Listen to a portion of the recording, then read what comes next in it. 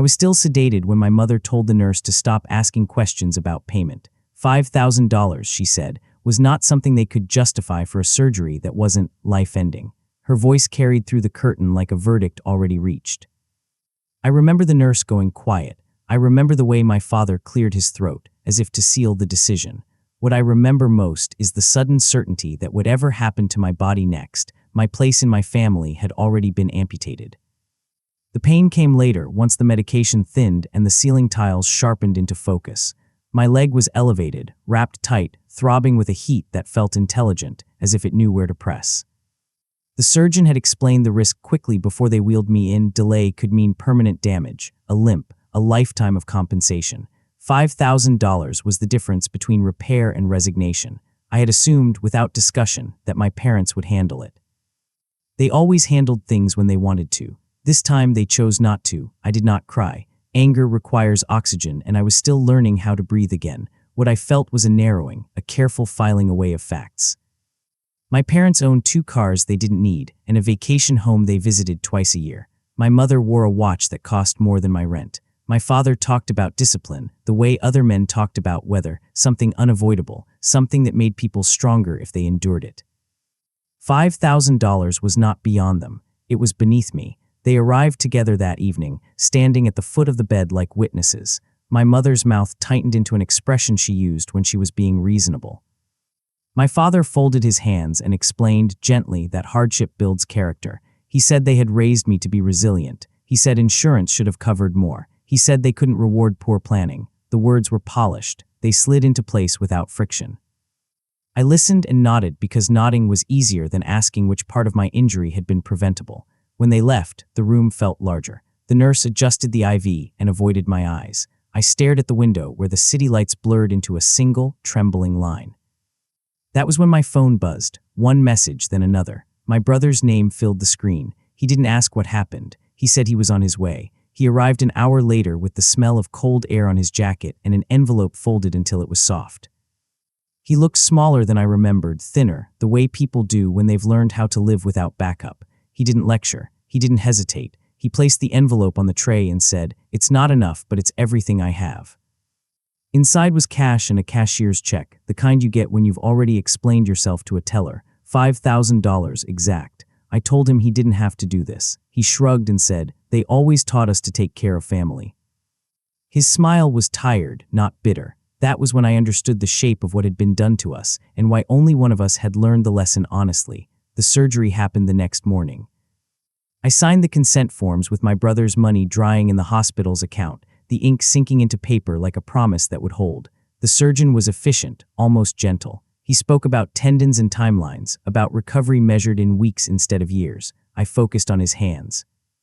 I trusted people who worked with consequences. My parents did not return. They sent a text from the airport, something about a pre-planned trip and poor reception. My mother added a heart emoji, as if affection could be compressed into a symbol and still be believed. I stared at the message until it felt like a foreign language. Then I put the phone down and slept. Recovery is a slow negotiation with yourself. Every movement becomes a question. Can I do this without paying for it later? Physical therapy smelled like disinfectant and old rubber mats.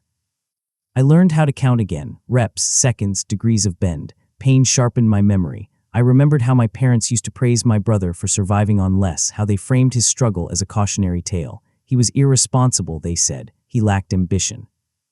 I was the one they expected things from. Expectations, I learned, are often just debts someone else doesn't plan to pay. They visited 3 weeks later, once the crisis had passed and the inconvenience minimized. My mother brought soup I couldn't eat and advice I hadn't asked for. My father inspected my brace and nodded, satisfied, as if the outcome had validated their refusal. He said, "See, it worked out." I didn't correct him. There are truths that only bruise the person speaking them. The pattern became clear in the quiet months that followed.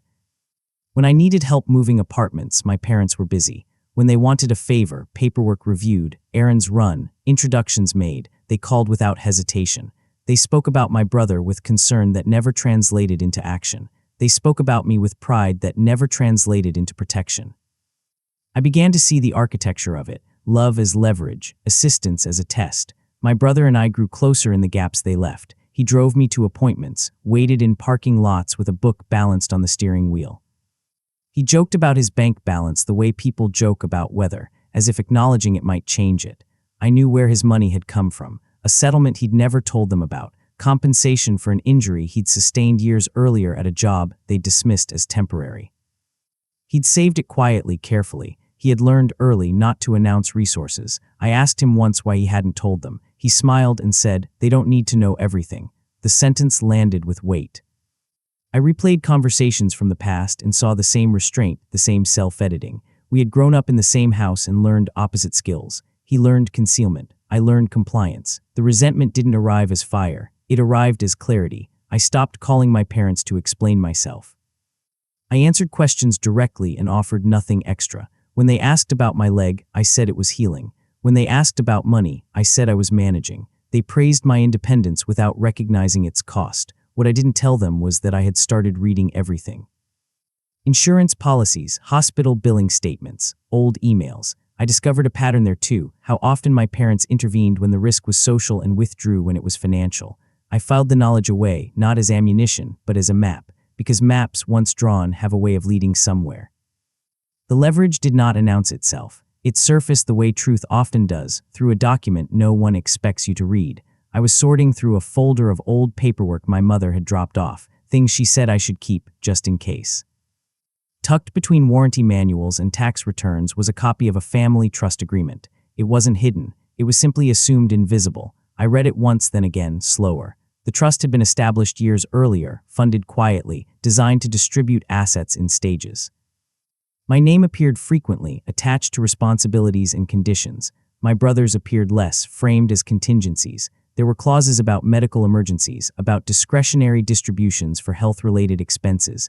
$5,000 would have qualified without question. The refusal had not been about policy. It had been about preference. I didn't confront them. Confrontation would have dissolved the leverage into noise. Instead, I began to understand the machine they had built and the role they expected me to play inside it. I was the dependable one, the executor in waiting, the child who would absorb inconvenience so others could feel principled. My brother was the example, the warning, the one they spoke about to prove a point.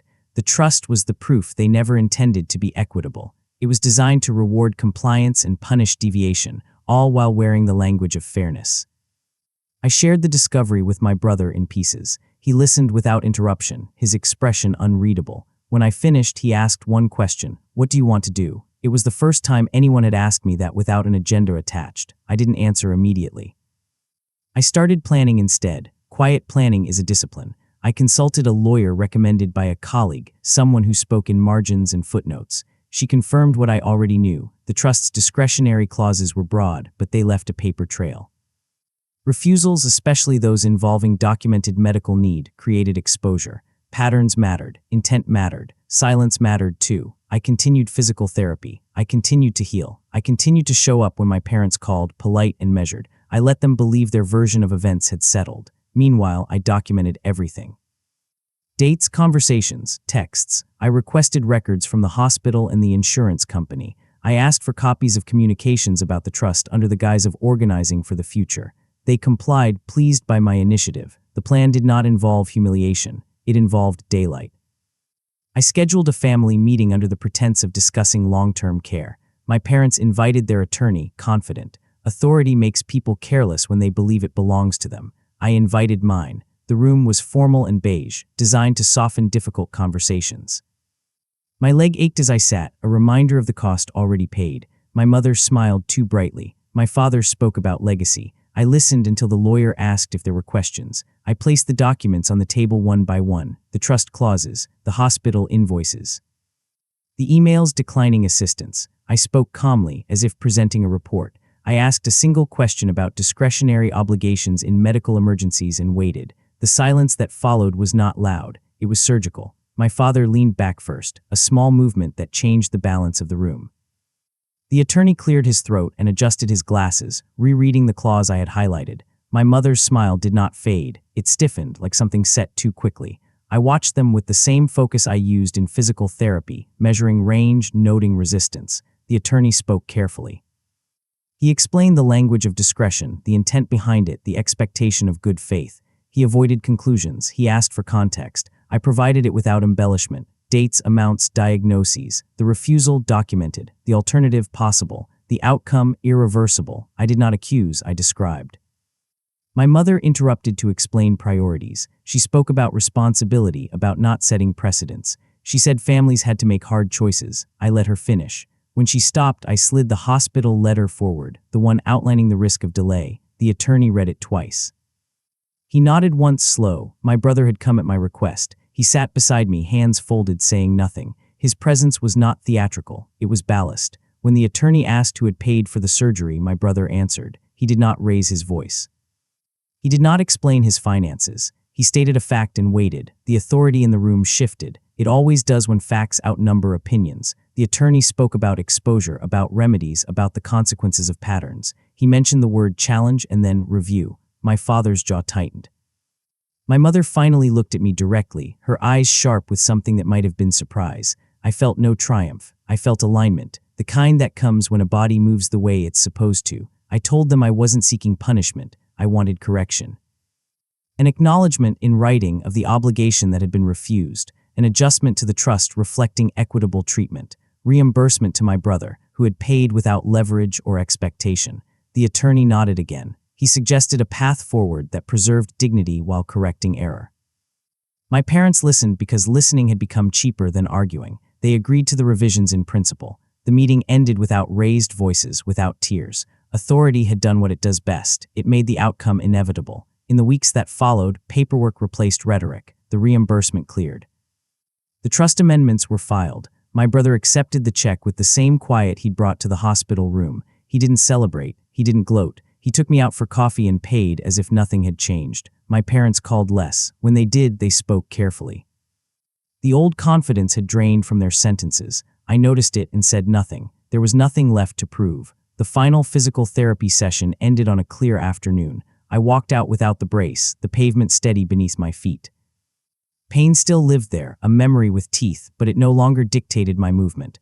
I thought about what had been taken and what had been returned, and about the difference between the two. Justice, I learned, doesn't roar, it settles. I did not cut my parents out of my life. I did something quieter and more precise. I adjusted my expectations until they matched reality. That change altered everything. We met for dinner a month later, in a restaurant my mother liked because the lighting forgave people. Conversation moved carefully, like furniture being carried through a narrow doorway. They asked about my leg. I told them it worked. They asked about work. I told them it was steady. They spoke about the weather, about neighbors, about plans that did not include me. I noticed how often my father deferred now, how my mother chose her words as if they might be audited. Power, once exposed, never fully returns to its original shape. My brother sat across from me, relaxed in a way I hadn't seen before. The reimbursement had closed a loop for him, not financially but psychologically. He no longer had to pretend the money had been a gift. It had been a bridge, and bridges are meant to be crossed both ways. When my parents asked him how he was managing, he said he was fine and changed the subject. He had learned, finally, that explanations were optional. Life expanded in small increments. I took longer walks. I slept without waking to the echo of pain. I stopped rehearsing conversations in my head. The story no longer needed defending. It existed, documented, and resolved. When friends asked how my recovery was going, I told them the truth without ornament. I was healing. I was learning. The moral weight of it settled slowly. I had been raised to believe endurance was a virtue in itself, that refusing help was a form of discipline. What I learned instead was that endurance without reciprocity becomes exploitation, and discipline without compassion becomes cruelty. Authority, when applied honestly, doesn't humiliate, it clarifies. My parents never apologized. They offered something adjacent, acknowledgement without ownership, regret without admission. I accepted it because acceptance did not require agreement. It required clarity. I knew now what they would and would not do and under what conditions. That knowledge was a form of freedom. My brother and I built something separate from them. We shared holidays. We shared keys. We shared an understanding that didn't need language. When I thanked him again, months later, he shook his head and said, "You would have done the same." He was right, that was the point. I think often about that first night in the hospital, about the nurse's silence and the curtain's thin barrier. I think about how quickly a decision can reveal a truth that's been waiting. $5,000 was the price of a surgery. It was also the price of an illusion. I paid it twice, once with pain, once with clarity. If there is a lesson here, it is not about money. It is about alignment, about choosing structures that reflect your values and walking away from those that don't. About understanding that dignity is not something you are given when you behave well. It is something you claim when you refuse to accept less than what is owed. I walk without a limp now. The scar is neat, a thin line that catches the light when I'm not careful. It reminds me of where I've been and why I don't go back. Justice did not give me my parents' approval. It gave me something better. It gave me my balance. The months that followed were unremarkable in the way real victories often are. No speeches, no sudden reconciliations, no dramatic exits. Just the slow reorganization of my life around truths I could no longer pretend not to see. My parents adjusted their behavior with the precision of people who had been corrected by an external authority. They did not test boundaries outright. Instead, they probed gently, offering small gestures, an unsolicited gift card, an invitation framed as an obligation rather than a desire. I accepted some and declined others, not out of spite but calibration. Each response was a data point. Each interaction confirmed the same conclusion. Their care was conditional, their generosity strategic. What surprised me was how little anger I felt. Hate had been the engine that got me moving, but clarity replaced it once the work was done. I no longer needed resentment to fuel my decisions. I had something sturdier, information. At work, I was offered a project that required travel. Before, I would have hesitated, worried about physical strain, about who might be inconvenienced. I accepted without explanation. Airports no longer made me anxious. I moved through terminals with the practiced ease of someone who trusted their body again. The leg held, so did my resolve. My brother called one evening while I was packing. He asked if I remembered the summer our parents decided not to fix the air conditioner, insisting discomfort would build character. We laughed, a short, sharp sound that carried recognition. He told me he started a new job, something stable, something that didn't require him to justify his worth daily. I told him I was proud of him, and this time the words did not feel like consolation. They felt accurate. There were moments when the old scripts tried to reassert themselves. My mother would sigh heavily when I declined to manage something for them. My father would mention responsibility in a tone meant to awaken guilt. The difference now was internal. The hooks no longer found purchase. I could hear the mechanism without stepping into it. I kept a copy of the trust amendment in my desk drawer, not as a threat but as a reminder. It represented a shift from assumption to documentation, from implied obligation to explicit agreement. It was proof that systems could be corrected when exposed to light. That knowledge changed how I moved through the world. I asked more questions. I read the fine print. I trusted authority when it earned my trust, not when it demanded it. On the anniversary of the surgery, I went back to the hospital for a routine check. The waiting room smelled the same, clean and faintly metallic. The nurse recognized my name and smiled. She asked how I was doing. I said I was well. The truth sat easily in my mouth. When I left, I walked past the window where the city lights had once blurred into a single line. This time they were distinct, separate, each one held in place by its own structure, its own wiring. I stood there longer than necessary, appreciating the order of it. Justice hadn't changed my parents, it changed me, and that was enough. There is a temptation after something like this to frame the outcome as forgiveness. People like that word because it sounds clean. I never used it. Forgiveness suggests a moral release granted to someone else. What I practiced was something more practical. I stopped negotiating with the past. I returned to the routines that had once felt fragile. Morning walks became runs. I registered for a race without telling anyone, trained quietly, and finished without ceremony. Crossing the line did not feel triumphant. It felt ordinary, which was better. My body had returned to me, and with it, the sense that I could rely on my own assessments again. My parents continued to orbit at a respectful distance. When they offered help, it came with fewer strings, as if they'd learned that leverage loses its power once it's named. I noticed how often they asked permission now, how rarely they assumed. They had not become generous. They had become careful. That distinction mattered.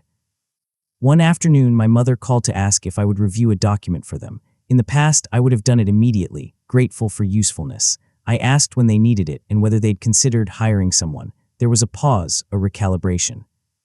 She said she'd look into it. We ended the call politely. I felt no guilt. Boundaries, once set, have a way of enforcing themselves. My brother and I planned a small trip together, something unremarkable by design. We chose a place with good walking paths and bad cell service.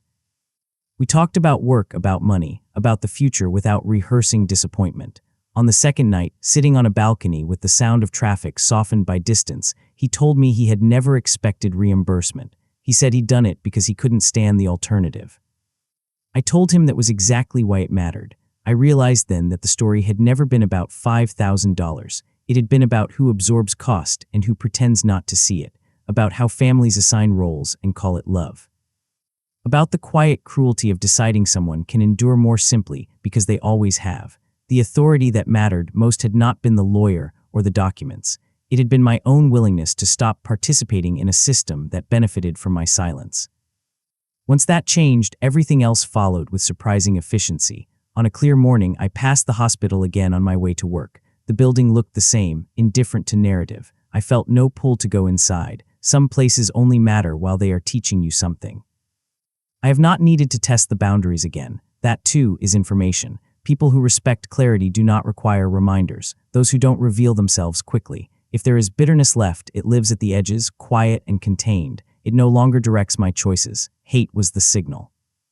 Justice was the response. What remains is steadier than either. I move through my life now without waiting for permission. I make decisions with my whole body, trusting the balance I rebuilt piece by piece. And when I think of that envelope my brother placed on the tray, I think not of sacrifice, but of alignment, of what it looks like when someone shows up without calculation. That, I've learned, is everything. The last adjustment came quietly, without ceremony.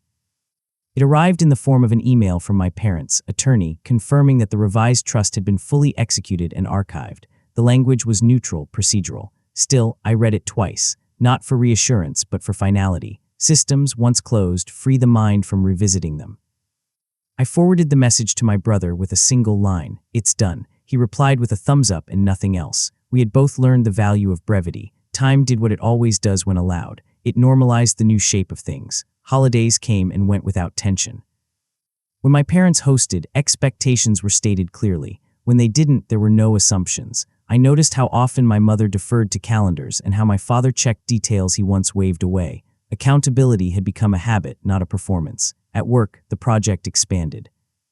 I was trusted with decisions that carried weight, budgets that required judgment. I did not over-explain. I did not seek approval. When mistakes happened, as they always do, I corrected them without self-flagellation. Authority, I learned, responds well to clarity delivered without apology. The leg held through it all. Scar tissue softened. Strength returned unevenly, then fully. I stopped thinking about it unless someone asked. When they did, I described the injury clinically, without narrative. The story belonged to me, and I had finished telling it. My brother moved into a better apartment, one with windows that caught the afternoon. He invited me over for dinner and cooked something ambitious that required patience. We ate slowly. We talked about the future in terms that assumed continuity, not rescue, not sacrifice, just shared time. I understood then that the deepest revenge had not been legal or financial. It had been structural. I had removed myself from a system that required my pain to function. I had replaced it with one that did not. There were moments, small, fleeting, when old habits tried to resurface, a reflex to explain, a tug to accommodate. Each time I paused, I checked my footing. I chose deliberately. The pause was the proof of change. If someone were to ask me now what justice looks like, I would not describe a courtroom or a document. I would describe the absence of fear when the phone rings, the ease of saying no without rehearsing it. The quiet satisfaction of knowing that help, when given, is mutual and unmeasured. I no longer measure my worth by endurance. I measure it by alignment, by whether my actions match my values without requiring justification. That alignment has made my life smaller in some ways, fewer obligations, fewer performances, and larger in others. There is space now where there was once tension. The betrayal that opened this story did not break me. It clarified me. It taught me that dignity is not preserved by suffering silently, but by insisting on structures that do not require silence at all. When I walk now, I feel the ground. Even, reliable. I don't rush, I don't brace. I move forward because forward is available, and because I know exactly what it costs and what it's worth. The final weeks of adjustment were almost imperceptible. Life had settled into a rhythm that neither sought drama nor invited it. My parents remained present but distant, aware that their usual leverage no longer held sway. Their attempts at influence were measured now, polite, and largely ineffective. I observed them without judgment, understanding that their patterns were immutable. Only my response to them had changed. I continued to walk, run, and train, appreciating the body that had been restored. Even the scar on my leg became a marker of endurance and clarity, not a symbol of limitation or resentment. Each step reinforced a sense of control that had been absent before. Physical freedom mirrored the mental freedom I had fought to claim. My brother and I solidified a partnership grounded in mutual respect. He handled his finances quietly, I handled mine. Decisions were made collaboratively when necessary, but without deference to old hierarchies. We navigated shared spaces with the ease of people who had learned to rely on each other without compulsion or coercion. The trust between us, both literal and figurative, became a cornerstone of this new structure. At home, I organized my affairs meticulously. Paperwork, health records, financial statements, everything had its place. No longer was I absorbing the hidden costs of family expectations. Each document represented autonomy, accountability, and clarity. I no longer feared the unforeseen, because I had anticipated it and arranged my defenses. Socially, I became selective. Conversations with friends and colleagues were intentional, measured. I no longer offered myself as a resource unless it aligned with my values or abilities. In professional settings, I exercised authority calmly, deliberately, and without apology. Mistakes were corrected methodically, successes were acknowledged quietly. The world responded differently when I acted from a position of clarity rather than compliance. Reflection became routine. Each evening, I reviewed interactions, decisions, and outcomes. I noted where I had preserved integrity and where old habits had nearly crept back. This practice reinforced vigilance, ensuring that complacency did not erode the progress I had made. The emotional labor that once consumed me had been redirected into maintenance rather than reaction. I realized with an almost clinical satisfaction that the true measure of justice was internal. It was not in external recognition, not in apologies, not in restitution alone. Justice was the equilibrium that allowed me to move unimpeded by past grievances, the clarity that permitted action without hesitation, and the certainty that my value was defined by my own principles, not by the approval or neglect of others. Finally, I allowed myself to envision the future. Vacations without guilt, decisions without fear, relationships without indebtedness. I could see myself aging, unencumbered by the unresolved conflicts that had once dominated my life. Authority, when properly aligned with fairness, had validated my choices. The system that once demanded sacrifice had been neutralized, not through rage, but through methodical precision. In the quiet of late evening, I often returned to that memory of the hospital bed, of the nurse's shadowed face, of the envelope my brother had placed on the tray. I think about how easily suffering can be normalized and how carefully attention must be paid to protect oneself. What remains is neither vengeance nor bitterness. It is clarity. It is agency. It is the unwavering knowledge that I can act unafraid and that I will be measured by my own standards. I am free, not because others have changed, but because I have, and that finally is everything. The story's final layer settled into a quiet, unshakable equilibrium. Life had become predictable in the ways that matter, steady, governed by choices rather than demands. My parents were present in small doses, their words measured, their intentions filtered by the awareness that their usual strategies no longer carried weight. I listened without expectation, responded without overextension, and observed without judgment. The old patterns, once a source of endless friction, were now neutralized by distance and clarity. My brother and I continued to operate in parallel, a shared orbit defined by mutual respect rather than obligation. Our interactions were deliberate, our trust self-reinforcing. He handled matters within his domain with competence. I did the same. We collaborated when necessary, but our connection was no longer transactional. Each gesture, each acknowledgement was unencumbered by hidden motives or lingering resentments. We had reconstructed family, not by approval, but by consistency and integrity. Physically, my recovery had reached a point where the leg was no longer a reminder of weakness, but of resilience. The scar, thin and pale, caught the light in subtle ways, a permanent marker of endurance, a testament to patience and precision. It reminded me daily that recovery and agency were not gifted, they were claimed, one disciplined step at a time. Socially, I became judicious. Conversations, friendships, and engagements were entered with intention. I no longer overextended myself to meet expectations that were not mine to meet. Professional responsibilities were executed with calm authority. Decisions were deliberate, measured, and unhesitant. Mistakes were corrected promptly, and successes quietly acknowledged, free of performance or approval seeking. The world responded differently when I operated from grounded clarity rather than reactive compliance. Reflection became my ritual. Each evening, I traced decisions, interactions, and outcomes, noting moments where integrity was maintained and where lapses were avoided. Emotional labor once wasted on others, manipulation was now redirected into sustaining autonomy and equilibrium.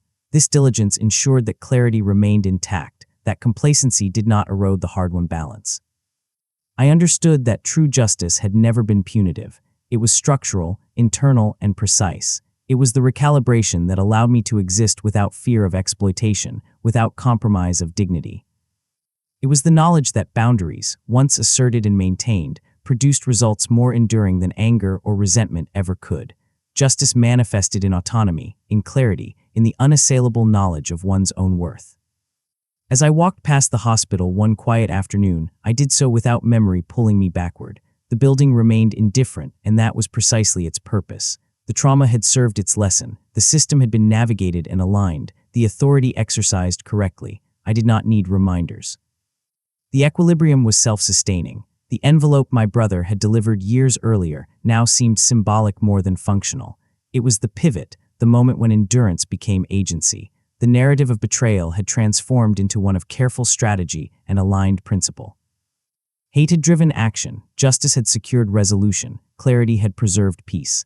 I walked forward unbraced, unhurried, with the quiet certainty that life structures now respected the balance I had claimed. And in that stillness I understood completely. Liberation is rarely loud. It is quiet, precise, and immutable once earned. This is freedom, this is closure. This is the culmination of every step taken with discipline, patience, and unyielding intent. The story ends here.